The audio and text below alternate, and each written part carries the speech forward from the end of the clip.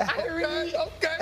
Two storied franchises meet Sunday as the Pittsburgh Steelers head to Foxborough to take on the New England Patriots. It's an intriguing quarterback matchup with 41-year-old Aaron Rodgers facing off against 23-year-old Drake May. Cam, let's go to you first. Does Rodgers need to play great to beat the Patriots? Aaron Rodgers don't, but can we see some type of sighting of DK Metcalf? Mm-hmm.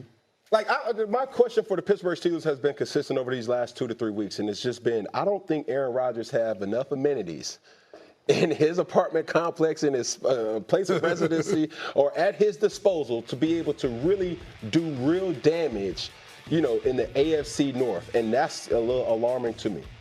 Go ahead, Ryan. Aaron Rodgers is the least of the Pittsburgh Steelers' problems. They got way more problems. Way more. Than that. What happened to the Pittsburgh Steelers that were physical against the run and could run the football? That team don't exist anymore.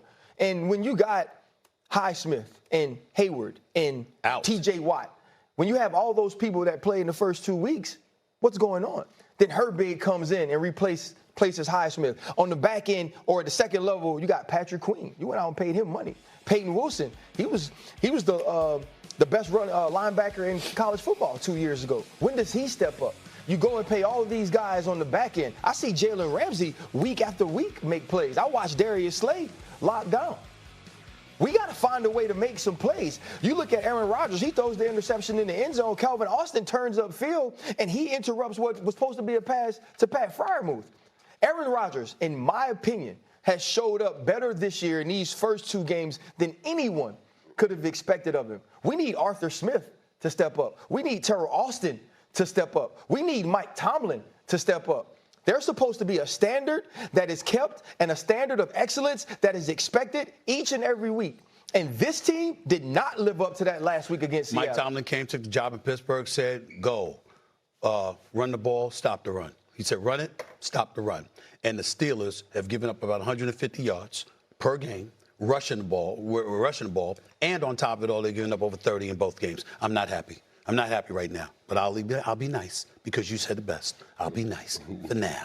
Will Dak and the Cowboys find themselves in another shootout Sunday against the Patriots? No, this is getting personal, Aaron. You are last in the league in average yards per attempt, and you're going against a sneaky Patriot defense, Greeny, that leads the league in sacks, led by Harold Landry. So Aaron Rodgers, to me, just hasn't looked comfortable yet. I know it's early, but he looks 41, and he can't get the ball down the field yet. So here's the way I view this. Here's the number. He is the fewest air yards per attempt of anyone in the league. He's on pace to be the lowest of his career. Here's what I see. Bart, you tell me what you see.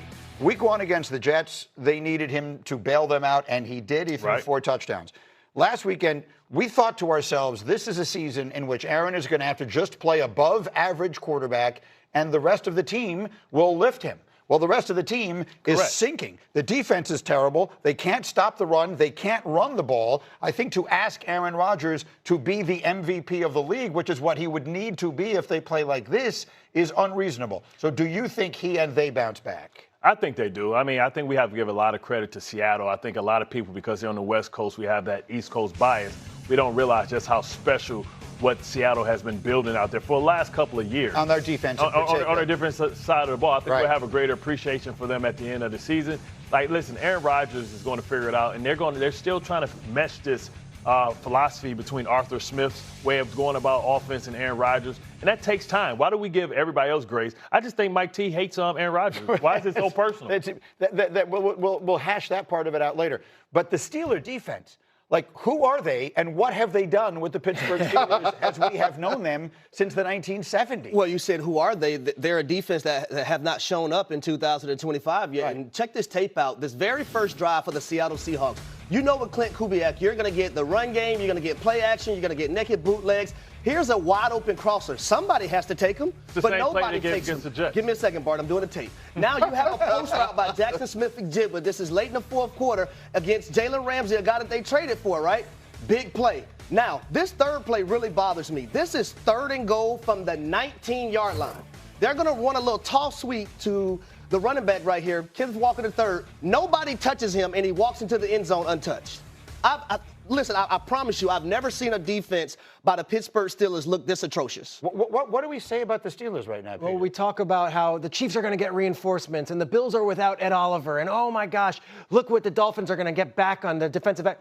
The Steelers guys are there. So, like, if you're looking for them to be some savior and say, okay, well, they're going to snap their fingers and all of a sudden Cam Hayward's going to be doing things that he's been doing and you're going to see Darius Slay and Jalen Ramsey do things. I think there's real concern about that defense. And suddenly you have to become this team that puts up 30 points every game. That's not Steelers football. That's right. So we can put the picks up on the screen. Go ahead. Greedy, 4 stars over 30. Typically, that doesn't portend well. That means you're usually going to get more injured, not improved. The only point I would make quickly, because we made it in the meeting, I think it's a good one. This early in the season, pardon me, statistics are dramatically skewed by one game. Right. So if by the end of this year we might be saying Seattle has the best defense in the sport, I don't think that's far-fetched. Maybe this Rodgers game will sort of work itself out in the wash. I still think he's going to play better. Okay, Mike T is the man.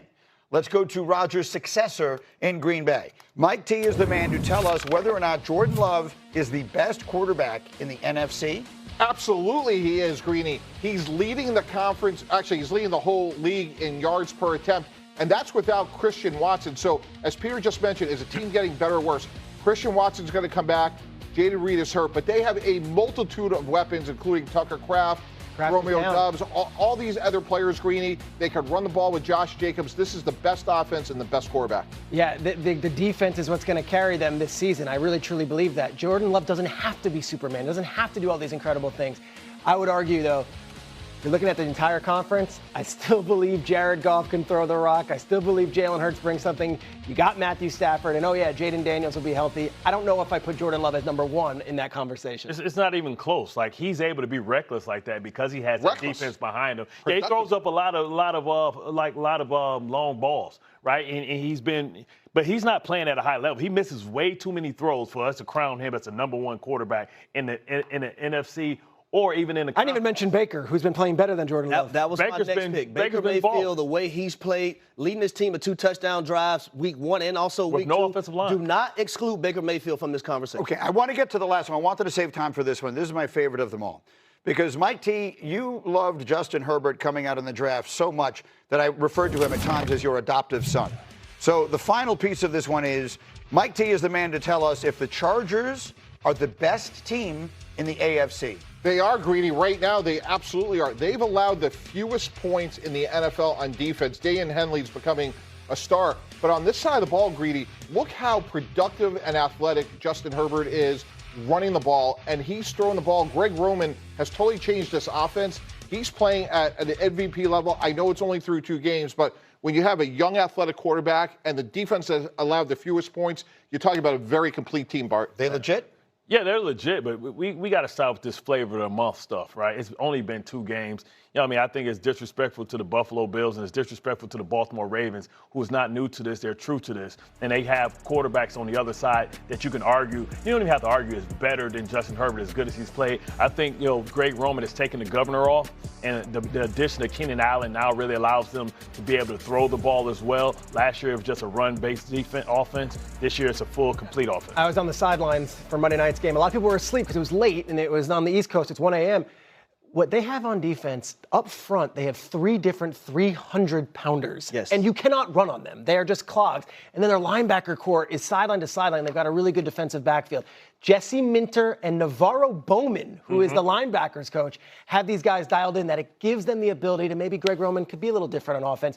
They do not give up points. They are legit, guys. Quickly, can I put the picks on the screen? This is a huge game. If the Chargers win this game, they will not only be 3-0, but they Welcome back to Steelers Nation Wire. Week 3 is on the horizon, and Pittsburgh is heading into Foxborough to face the New England Patriots.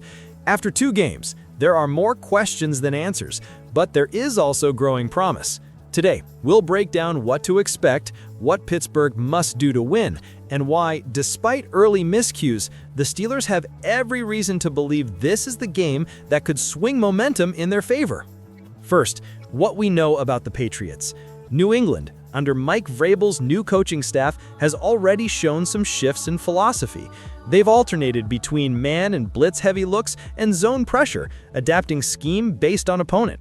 Their young quarterback, Drake May, has shown moments of surprise, especially in critical situations. He has improved from week 1 to week 2 in decisiveness, accuracy, and poise under pressure. That said, he still needs to demonstrate consistency closing out games, avoiding turnovers, and better decision-making under duress. Patriots defense has strengths: line depth, strong frontline players like Christian Barmore, Milton Williams, Harold Landry, and a solid pass rush.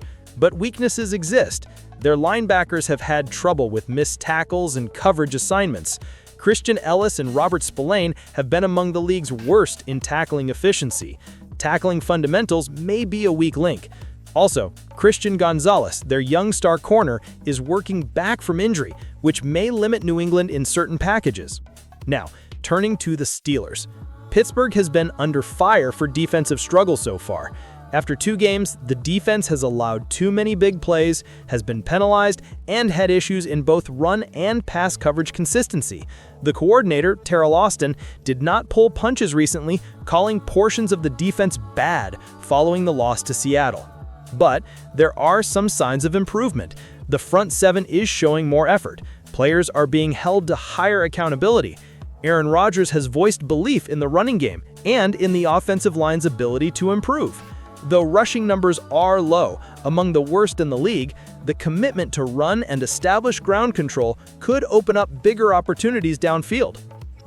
Here are 5 key things Pittsburgh must do this Sunday to emerge victorious. Pressure May without over-blitzing.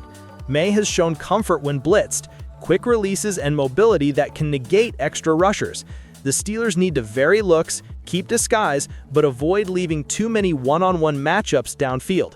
A disciplined pass rush, including edge containment and interior push, will be essential. Sharpen tackling and reduced missed assignments. Patriots' weaknesses include allowing chunk plays when tackling breaks down.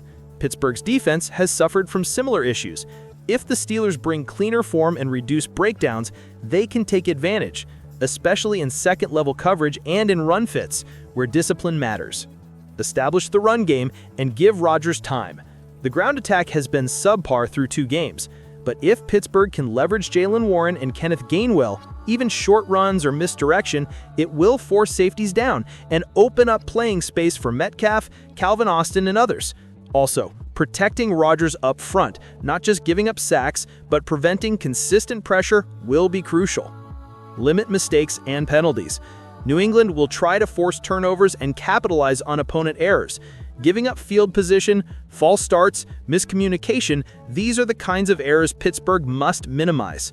Coach Tomlin has emphasized accountability, and this is a game where clean execution could decide the outcome. Exploit Pat's injury concerns and secondary vulnerabilities. If Gonzalez is limited, if tackling and coverage still lag, Pittsburgh's receivers and tight ends must take advantage. Big matchups, Freiermuth versus safeties, Metcalf versus corners, will decide red zone performance and contested catches. Now, some additional recent context.